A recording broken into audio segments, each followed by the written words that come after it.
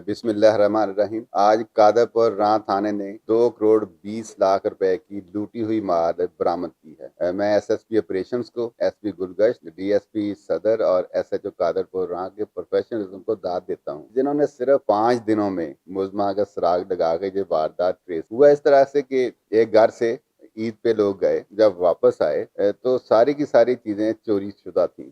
وہ اس طرح سے واردات کی گئی تھی کہ جیسے کوئی واقف کار آدمی نے ایک ہی جگہ پہ جا کے چیزیں چرائیں۔ ہمیں شک تھا کہ کوئی گھر کا ملازم اس میں ملوث ہوگا یا کوئی دوسرے لوگ جو گھر سے واقفیت رکھتے تھے۔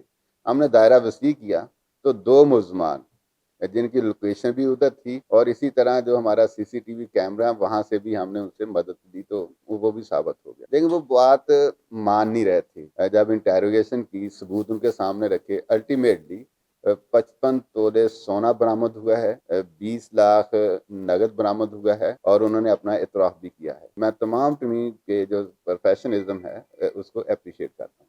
دیکھیں، یہ پہلی واردات نہیں ہے جس میں گھر کے ملازمین ملوث ہیں۔ ہوتا یہ ہے کہ ایک تو پروفیشنل گروہ ہے، آپ نے سنا ہوگا کہ خواتین ہیں نوکری کے بہانے داخل ہو جاتی ہیں، وہ ایک سیریز آف تھیفٹ کمٹ کرتے ہیں۔ اور دوسرا طریقے واردات یہ ہے کہ ایک خاندانی طور پہ نسل در نسل ملازم آتے ہیں لیکن ساتھ ساتھ چوری بھی کرتے ہیں۔ یہ ان کے ساتھ ہوا۔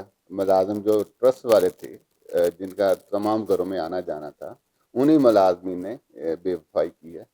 تو میں تمام شہر کو یہ میسج دینا چاہتا ہوں، ملازمین کے ساتھ بالکل اچھا سلوک کریں لیکن اکاؤنٹیبلٹی میں جو ہے فرق نہ آنے دیں۔ ان کو اسی طرح شک کی نگاہ سے دیکھیں اور ان کو اپنے جو ایسٹس ہے اس تک ایکسیس نہ دیں۔ دوسرا سونا ہے تو لاکرز ہیں بینکس میں، تو آج کل تو سونے کی پر تولہ قیمت بھی 3.5 لاکھ سے زیادہ ہے، تو لاکرز میں رکھیں۔